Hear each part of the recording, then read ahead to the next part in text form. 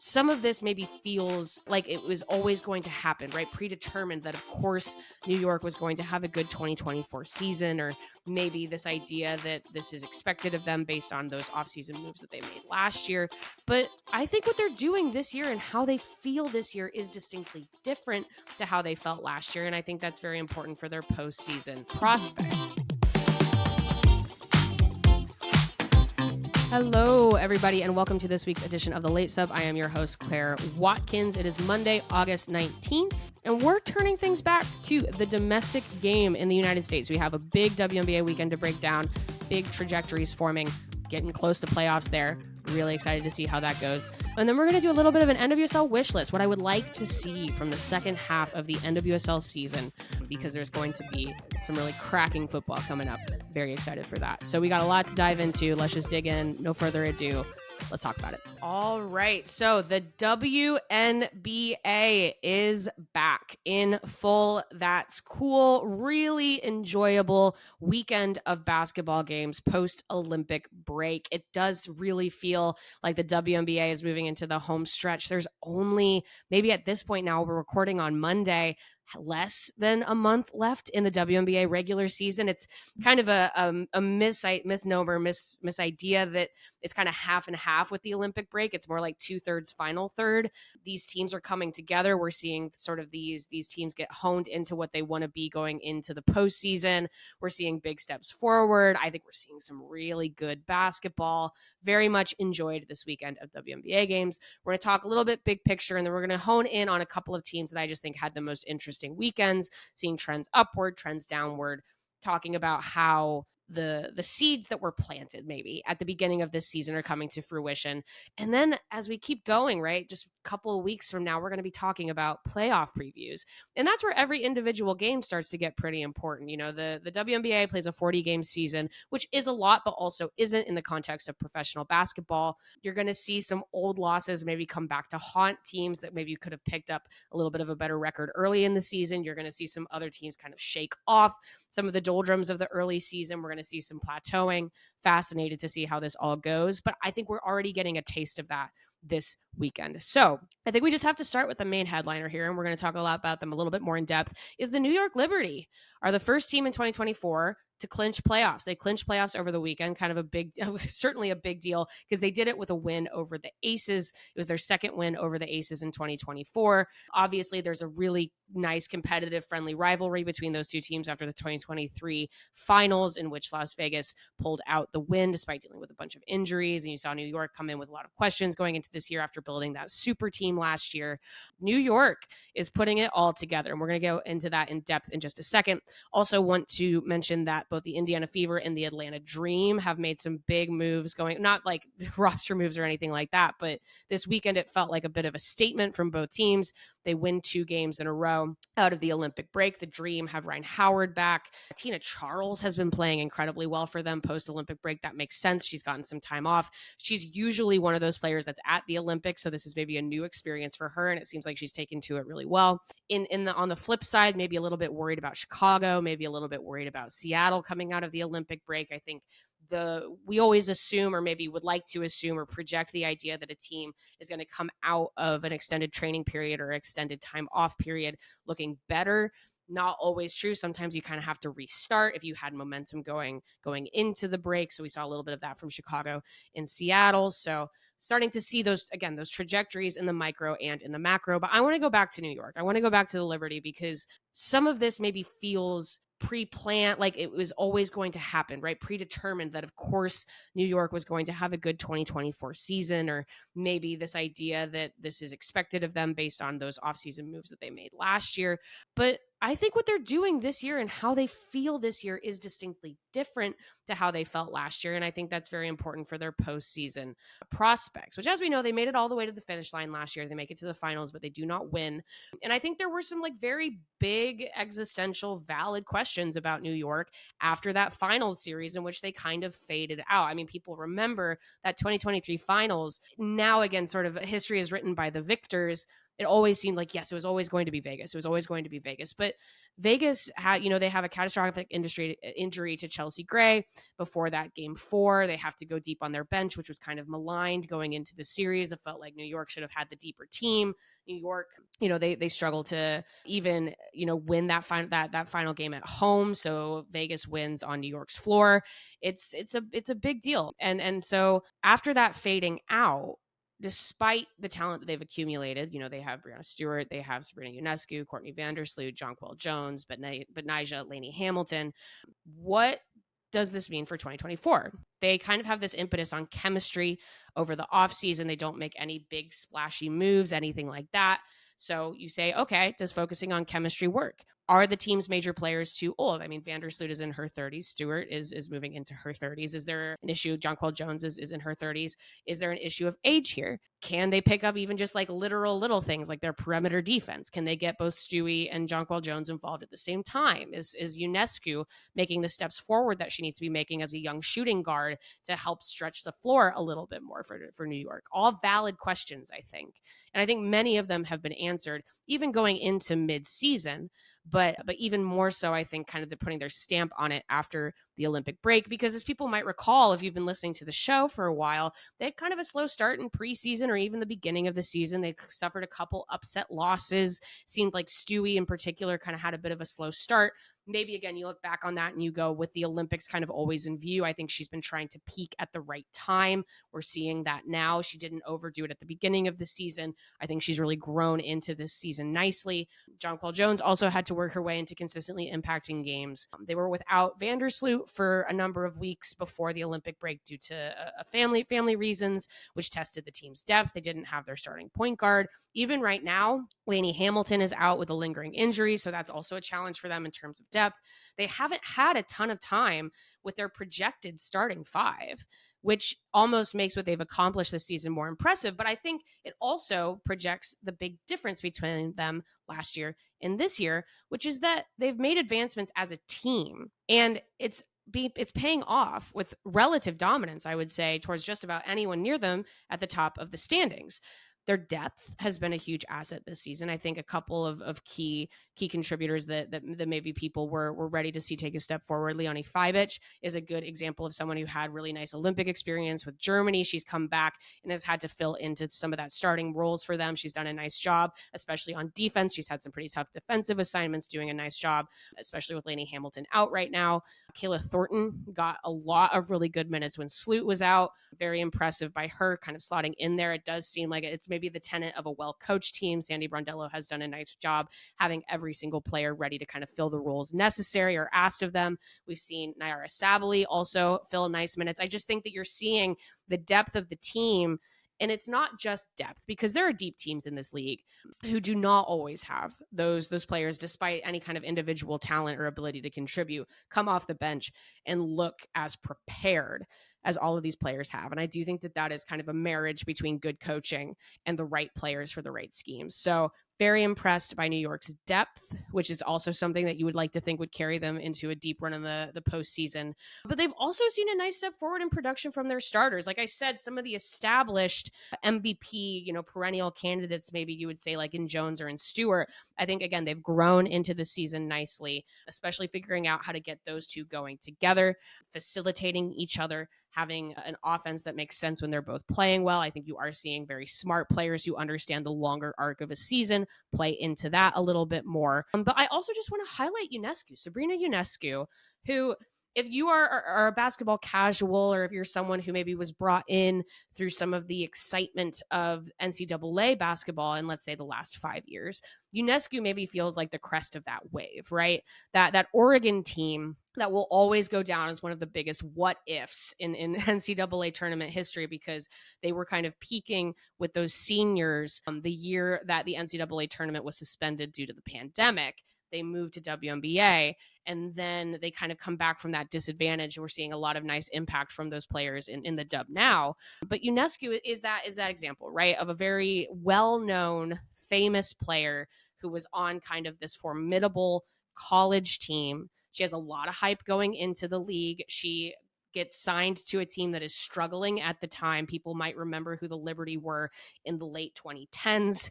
far away from the team we see right now. She immediately has to go into wobble basketball, and about 5 games into that, she essentially sprains her ankle so badly. Like, she basically breaks her ankle. She's out for the rest of the wobble season.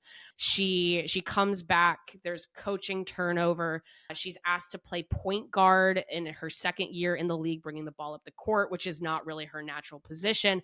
I do think that made her better, but at the time, it was a little bit of a struggle. That's more of a delayed impact of that sort of development. I think it's made her a better shooting guard, but she had to actually play ball handler and point at a time when maybe she wasn't totally ready for that in the professional game. And now you look at her contributions now. She's had a season or career high scoring this season. If you don't count that those 5 games, we're kind of putting those 5 games in the wobble away. She's come back as a strong scorer. She's confident from behind the arc, but not just sort of in good look situations. She's someone who is more consistent. I'm like, is Sabrina Ionescu truly an MIP candidate? Is she a most improved player candidate? She's too big of a star, right? But if Satu Sabali, her former college teammate, can win it, I'm just saying. Her defense has improved, especially her perimeter defense, which is really important for the way New York would like to counter other teams. I'm like, it feels like she's gotten taller. I'm like, wait, when did Sabrina Ionescu get this much taller? No, it's just the way she's carrying herself, the way she's playing, the confidence with which she's playing, and the comfort level with a good coach and good teammates around her to facilitate and to score on her own. That has been actually a really big game changer for New York, because they were not getting those kinds of contributions from her in a consistent way last year, as they were figuring out how to integrate players like Vandersloot, Stewart, Jones, right? And that is maybe good to talk about the larger, bigger conversation of this season. People ask over and over and over again, how do college stars translate to the dub? How's Caitlin Clark going to translate? How's Angel Reese going to translate, right? How are the LA rookies going to translate? How do these big names who come in guard play versus big play? We've talked about it on this show multiple times, right? Ionescu is a good roadmap, similar to Kelsey Plum. I think another really good roadmap of, if you're impatient or if you're worried that a player isn't getting or coming into their own at the professional level right away, that sometimes it happens in one season. We're going to talk about Caitlin Clark in a second. We're seeing how nicely she's playing right now, but sometimes it takes multiple seasons, and that doesn't really impact the quality of the player. And sometimes outside circumstances also impact that. We're going to talk about that maybe with a player like Angel Reese. If you get drafted to a team at the top of the draft board, you're not walking into a team that always is going to have all of the pieces. That's a multi-year project. I actually think Clark, she benefited from the fact that they had the number 1 pick the year before, and they actually do have some pieces around her that can make a nice playoff push, and they're beginning to do that. But you know, Ionescu didn't really have that when she came into the league with the Liberty. It was like her and but Nigel Hamilton against the world. But then they build those pieces, right? You see the ambitious GM moves. You see the ambitions of resources for a team like the Liberty and what that can look like. And I do think that in and of itself is a roadmap for other organizations who want to become, if they're not going to be, you know, maybe they're not going to be signing multiple number 1 draft picks as in free agency, right? That might be unique to New York, but you can build this way, and you can trust that a player who has all of those skills in college can eventually get there with time to adjust, and also just giving them a little bit of grace, right? Giving these young players a little bit of grace, especially, like I said, those players that came right into the wobble season. They really did not get a rookie season. Ionescu doubly so, because she got hurt, right? So going back to New York as an entity, right? As a team, are they the title favorites right now? Does kind of that number 1 place in the standing always translate to success in the postseason? The answer is obviously not always, but yes, I do think we have to say that they're the title favorites right now. They've matched up well against both Las Vegas and Connecticut this season, who are obviously like the 2 biggest perennial title contenders. Connecticut made a big move during the Olympic break in trading for Marina Mabrey to try to kind of open things up, get some outside shooting. They were not high volume 3-point shooters going into the Olympic break. They're trying to add that to their arsenal, but also there's going to be some growing pains with that because they have the shorter runway of bringing a player like that in. Vegas right now looks a little bit more fractured. They have a lot of things going off behind the scenes right now. People might know that they are being sued at this point by Dearica Hamby for labor practices relating to her pregnancy and the trade that happened when she was pregnant. And their starters look a little bit tired. They were heavily relied upon in the Olympics. So the Liberty, they look refreshed, right? And like I said, you're seeing those established stars peaking really nicely over the long arc of the season. And that's maybe also a lesson learned from last year, which is, you saw someone like Stewart who won MVP last year, but you saw that again kind of fade out later in the postseason. You do have to plan the timing of all of these things. And now that they have the playoffs secured, I'm really curious to see how they approach kind of this last month of games. And I think they're going to start working in playoff scenarios. They're going to start working in rotations that they think will work for different opponents. And here is the one opponent that I would be worried about if I were the New York Liberty, and that is the Minnesota Lynx. That Commissioner's Cup game mid-season, I do think was something of a telltale sign. So how you can beat the Liberty in like a good game, right? Not in some kind of like crazy blowout, but in a good competitive game, how you can beat the Liberty. These are two teams that are really good at moving the ball on offense. I think you can say that Minnesota's offense is just as tightly wound as New York's is. Two teams with legit MVP candidates, right? You've got Stewart and possibly even, Jones is a former MVP winner on one side. You've got Nafisa Collier, who I do think is a legit MVP candidate on the other side. Both teams have a strong defensive identity. I think that would be shredding as a series. I would like to see it. But yeah, if you're a New York Liberty fan, I think you should feel really, really good. But Minnesota is the one I might be a little bit worried about because I like what they've got cooking there too. So like what else is going on around the league, right? In this weekend back, I mentioned Connecticut figuring out new rotations with Mabry. I really liked that move. I liked that trade, but they don't have a lot of time to see it through. They have to figure out how, Dejanay Carrington had been playing very well. They had Carrington and Mabry start in their second game this weekend after Carrington wasn't available in their first game this weekend. And they have to figure out how to get Ty Harris involved off the bench now. How do you play it with the bigs? All of that. I think that Connecticut actually is like maybe a little bit less, what's the right word, disciplined, but a more interesting team right now. And so I'm fascinated to see how the Sun kind of bring this new sort of outside shooting identity into what they're trying to do. I like it. It's ambitious. I would love to see the Sun get over the line in the next couple of years and finally get that first championship. I think it was a decent weekend from Phoenix, who also, they're one of those big free agent teams, one of the big movers of the past offseason. They thumped Chicago twice. They got some big outside shooting in those two games, which is, again, that can be a difference maker in the postseason. Kalia Copper came back from her heroics in the gold medal game at the Olympics and is playing really, really well. I think that Phoenix has to feel pretty good about their current identity and how they look under a first-year coach. They do lose to Indiana, though. And we're going to talk about Indiana in a second. But Phoenix still kind of up and down. When the outside shots are hitting, they're really, really hard to beat. I actually think BG has also come back from the Olympics looking refreshed and ready to go. I'm excited to see what happens with Mercury. Seattle, they lose to Atlanta by a buzzer beater and then have even a more frustrating loss against Indiana. I'm still waiting for the Storm to hit their peak. I mean, we've always talked about the big movers of the offseason, huge free agency moves to get Nneka Ogwumike. They bring in Skylar Diggins-Smith. They have Jewel Lloyd. Ezzy Magbagor had a fabulous Olympics. Not to overstate it, but without Ezzy Magbagor, Australia does not get bronze in the Olympics in that bronze medal game. So they should have the pieces, right? They have that really good defensive presence inside with Magbagor.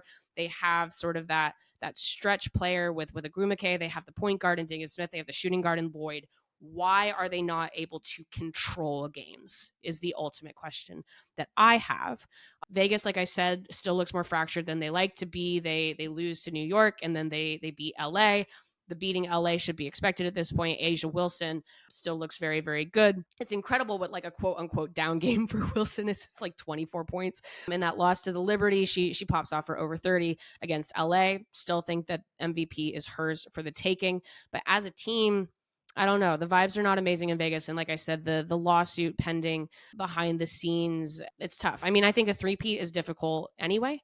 And obviously, I think they're going to be a really tough team to play in the postseason. But I have to think for them, it's just one game at a time rather than sort of that high-flying basketball we were seeing last season. We've also we saw some big changes for Dallas, who they're still in the bottom of the standings, but they have big moves. They bring Setu Sabally back in. She had a good Olympics. She's finally healthy. They were able to get Maddie Siegrist off of the injury report, but that meant that they had to drop a couple hardship contracts that were playing very well for them in Odyssey Sims and Monique Billings. Dallas really should be making a run here. They should be pushing, but they're in a bit of a hole and they have a really difficult schedule to close out the regular season. So for Dallas, I'm a little bit worried it's too little too late, but I would like to see them have some positives, I think, to carry into next year. And now let's talk about, the two Midwestern teams. These are some of my favorite teams to talk about. This is where I'm based. And this is what I get to see up close and personal the most. I want to talk about Indiana, and then we're going to talk about Chicago to close. So Indiana look well rested. They look balanced. They look like they are getting their rotations figured out. Caitlin Clark looks like she had a really nice little vacation during the Olympics. She's got her shot back. And even when her shot isn't hitting, we're seeing those assists light up the boards. Aaliyah Boston looks good. I actually think Boston has looked better and better and better with every week that passes. It's clear that she took that Olympic break very seriously. She's looked really fit and in form. And so my big picture thought about Indiana, this was the thought that I had watching their 2 games over the weekend, which is that it took Indiana a second to be executing to a level that allowed them to take advantage of their home court, right? So Indiana, they're selling, tens of thousands of tickets a game. Everyone wants to go see the Caitlin Clark, Aaliyah Boston, Kelsey Mitchell show, right? They want to go see that. They've got a huge following in Indiana. They've also got a huge following nationally.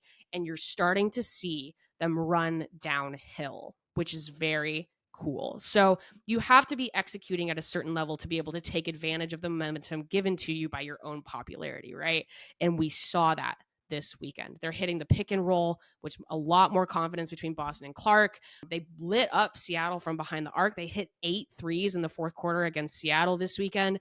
Kelsey Mitchell has looked fabulous out of the break. She's a really consistent scorer outside of Clark and Boston. You're seeing multiple threats. You're seeing the movement be there. You're just seeing them hit some shots that frankly they were not hitting at the beginning of the season.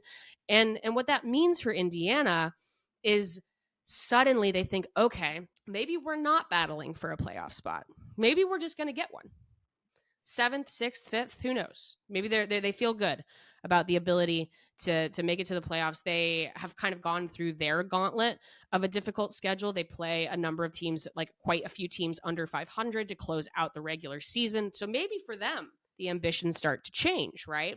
You say, okay, we feel good about where we're going to be at the end of the season. We're going to make the postseason. We're going to make the postseason for the first time since 2016. Now we start to think, how can we utilize that home court advantage to surprise some people in the playoffs? And I think that's what other teams should be worried about. They beat Phoenix this weekend and they beat Seattle. And when I say rolling downhill, I just mean once you get the crowd into it, once it's loud, you're clicking with each other, everything just gets a little bit easier, right? You got a little bit more pep in your step. Your shot gets on point. Again, Clark is having these nice games where even if she's not able to hit on one particular part of her game, she's able to hit on the other. She has now solely owns the record for assists in a single season as a rookie. She broke that record this weekend. They should be feeling really good. They're cooking. Now they're going to struggle against other teams with more of a physical mismatch, right? Don't like them against Connecticut.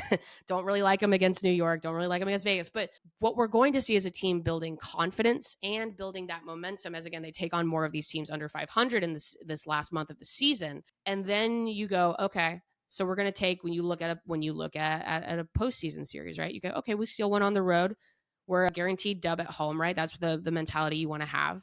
What does that mean? What does that mean for the playoffs? So I'm excited to see sort of the ambitions with Indiana rise. For me, making the playoffs, gorgeous. That is a dub for this season, but where they're at right now, I think they can start thinking about more. And I think that's a really exciting prospect for some of the developing stars on that team, right? Yeah, I had actually just a lot of fun watching Indiana play this weekend. On the flip side, let's talk about maybe the other Rookie of the Year frontrunner, which is Angel Reese in Chicago. Now, Chicago, I keep talking about the Marina Mabrey trade, right? Midseason trades in the WNBA are relatively rare. It's not something that's done a lot because the cap space usually isn't there to make it happen, right? Chicago does the Mabrey move for Chicago is not a win now move. It is we're going to honor player wishes. Mabrey was eager to move to a contender, which I think is perfectly fair with where she is at her career. Chicago are a much longer project. It's not a win now move. It's not even a really let's stay above the playoff line move though to move her. She was a really consistent scorer for them. They've really, really struggled with 3-point shooting in her absence. They had a rough schedule to start. They've played 3 times since the league has come back, and now they're off until Friday, which I just think is a little bit strange.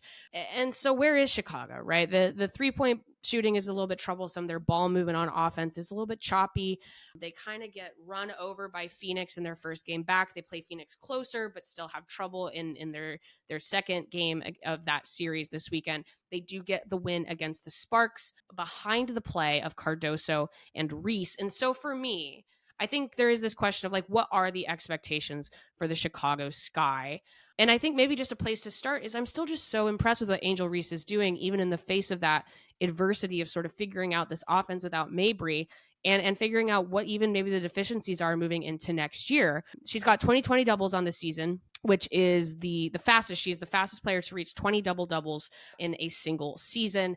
And I want to really underline that because I think a lot of what Angel Reese has done this year is not for a rookie, like for a rookie in a rookie season. She's breaking records that no one else has touched. And I think that's really important. You look at how Clark is executing on assists. I think you can kind of equal it with Angel Reese with rebounds. She's becoming more and more of a vocal leader on this team, especially again, you lose a veteran like Mabry. She's becoming a vocal leader. She is increasingly the focal point around which the offense works, and her work rate is incredible. And when you look at that stuff, when you look at Rookie of the Year, I've seen some pundits or maybe some analysts say that like a better record is their marker for which Rookie of the Year season was more successful. But I don't know. I think continuing to succeed when the pieces around you are kind of falling apart is also a good marker of a Rookie of the Year season. And then Cardoso kind of has these flashes where she can impose herself on a game, but it's not always happening consistently. And how can the team kind of figure out, you talk about like the Boston Clark thing, right? Indiana just seems a couple steps ahead of where Chicago is right now with the pick and roll, with how they're getting their guards to play. The deep three threat is just not there for Chicago the way it is for Indiana. So where I'm at with Chicago is I don't think that playoffs are my personal expectation range for this team after the Mabry trade. That's not a move that you make if you're in this win now mode. They do want to finish above Dallas because they've got the pick swap next year, but you just keep developing the young players and then you work on fixing the guard personnel in the future. So I hope that Chicago fans are not freaking out too badly. It might be a little bit of a rough go of it for the rest of the season, but I think you just really have to focus in on how is Angel Reese playing, how is Camila Cardoso playing, and I think you should feel good about that. And that goes a long way. So gosh, so much to dig into after just a couple days back. The WNBA will be playing regular season games through the middle of September, and then they will move on to the postseason. As people might know, top 8 make it to the postseason, and then we'll have a lot of exciting stuff to talk about for playoffs. But it's been a really nice, like I said, really nice weekend. Really nice, like kind of seeing the changes in the basketball. I think the individual awards are going to be fierce this year. And I think that, yeah, you're seeing nice rises and maybe a couple stumbles, and that's how you quantify a season, right? So shout out to the Dub. Fabulous weekend back. And speaking of a league that is almost back, but not quite, the NWSL. The NWSL kicks back off the regular season this upcoming weekend. They've had kind of a nice bit of programming with the Summer Cup, and they have been doing some more like international style friendlies over this last weekend, which has been nice. You saw the Spirit play Arsenal. This day we're recording, Gotham is going to play Chelsea. Bay FC is going to play Barcelona next week. Like I think those are really nice little markers and good to get fans in to enjoy watching the team play. But in seriousness, the NWSL is kicking back off this upcoming weekend. Real quick before we get into sort of some of the things I would like to see, we're going to do a little bit of a wish list here for NWSL, the things I would like to see from the NWSL going into the final part of the season. But as a reminder, let's go through the standings just in case there is any memory slips, which, gosh, I know I have some sometimes with how kind of fast and furious the Olympics were. So the Orlando Pride are in first, followed very closely by the Kansas City Current. Spirit in third, Gotham in fourth, Portland in fifth, North Carolina in sixth, Chicago in seventh, Bay FC in eighth. That's the playoff line, top 8. Racing Louisville in ninth, San Diego 10th, Angel City 11th, Houston 12th, Seattle 13th, Utah 14th.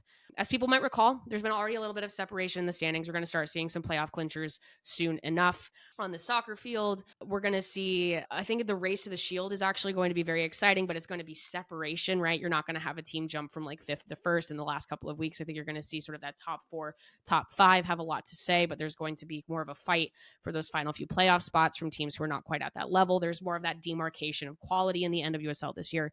But I just want to do, real quick, kind of a post-Olympics wish list. What I would like to see from the NWSL going into the last couple months of the regular season. It's an exciting moment, I think, for American women's soccer coming off of the Olympic gold win. It's the first major tournament win for the United States since 2019. We always talk about like the Olympic or the World Cup bump. I think the fact that this was an Olympic tournament that was very easy for American audiences to watch. We saw some big TV numbers coming out of that tournament. I think that is a big deal. I would like to think that we're going to see, not that the NWSL even necessarily needs it anymore, but there is this feeling of excitement of, wow, you can go watch Trinity Rodman play in your backyard, or Mal Swanson, or Sophia Smith, or Naomi Girma, or any of these players that played so well in the Olympics. I always like this feeling of progress and growth for the NWSL after a big US win, which again, we thought might take a little bit longer to get back to, but only a short 5 years. So here's what I would like to see. I'm going to try to hit on every single team here. Just a quick little wish list of what I would like as someone who thinks very highly of NWSL play, and would like maybe even new fans, or fans who had taken some time off from the league and coming back, or fans who are just learning about this new generation of stars to come see in the NWSL. So I'm going to start with Chicago. I mean, just start home base, right?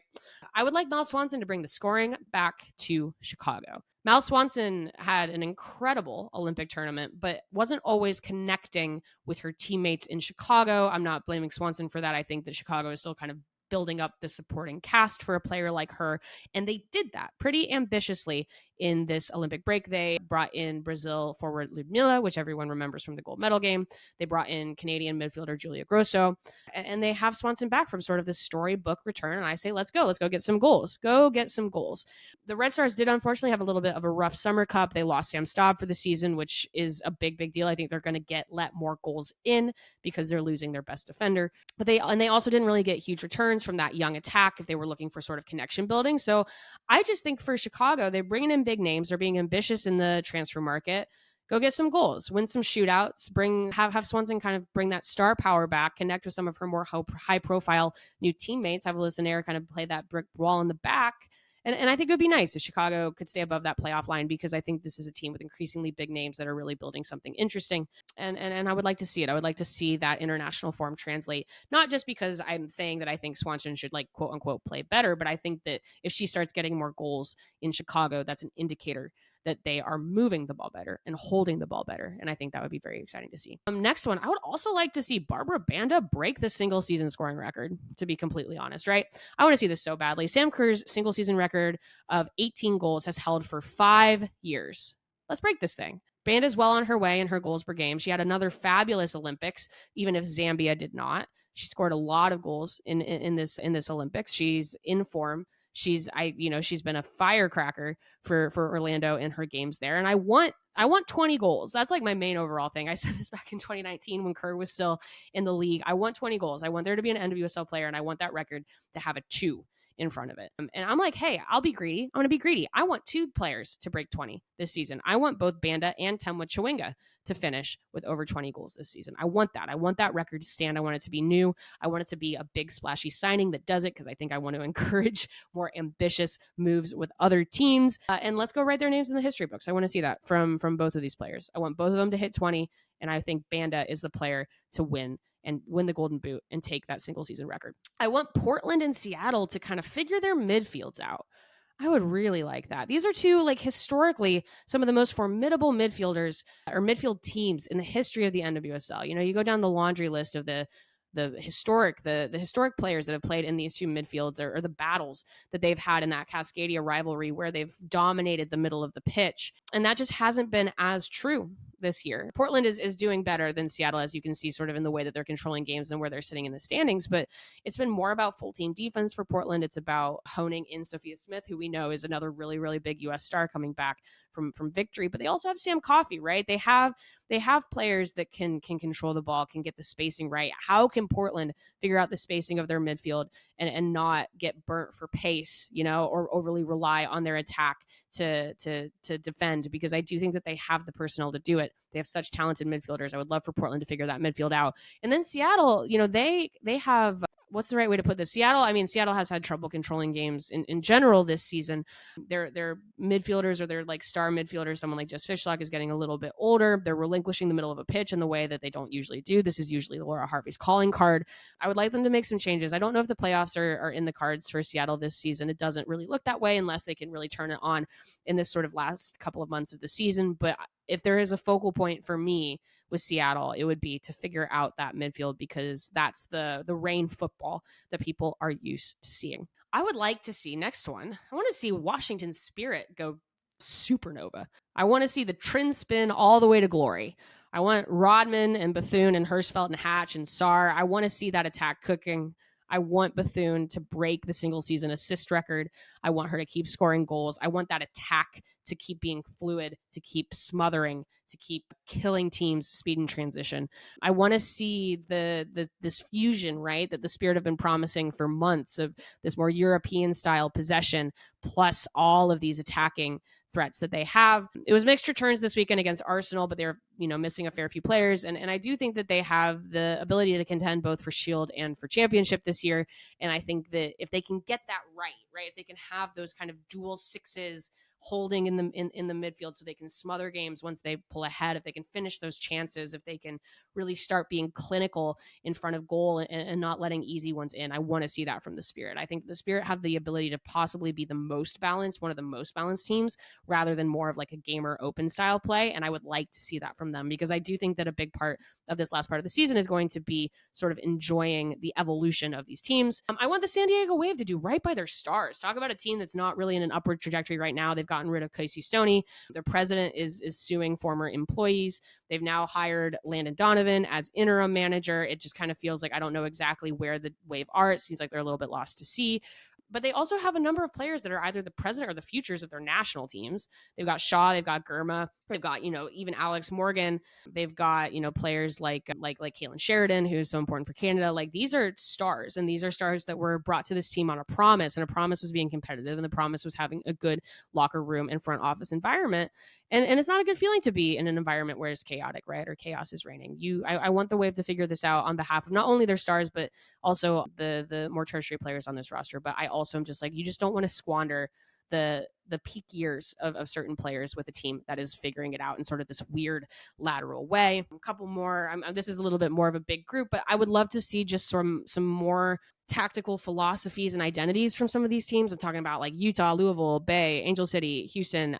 I don't know always if with these teams, if playoffs is ultimately the goal, but for me, I'm like, I just want to feel like I know who you are. I want to feel like I know tactically how you want to play beyond just the scoreboard at the end of the game, right? Like, the Dash used to be known for their defense. Angel City used to be known for opening things up, right? Louisville is still consistently trying to get the best out of a talented roster. Utah has a real Rookie of the Year candidate in Ali Sentner. I want to see some of these beginnings of how these teams want to play, whether it is focusing around maybe a developing star, or whether it is focusing back on sturdy defense, or whether it is, okay, we're going to be a shootout kind of a team. We're going to stretch it, and we're going to score some, and we're going to concede some, and that's how we're going to move forward. With the Bay, they have a great attack and something really special cooking with Kiki Pickett in that midfield.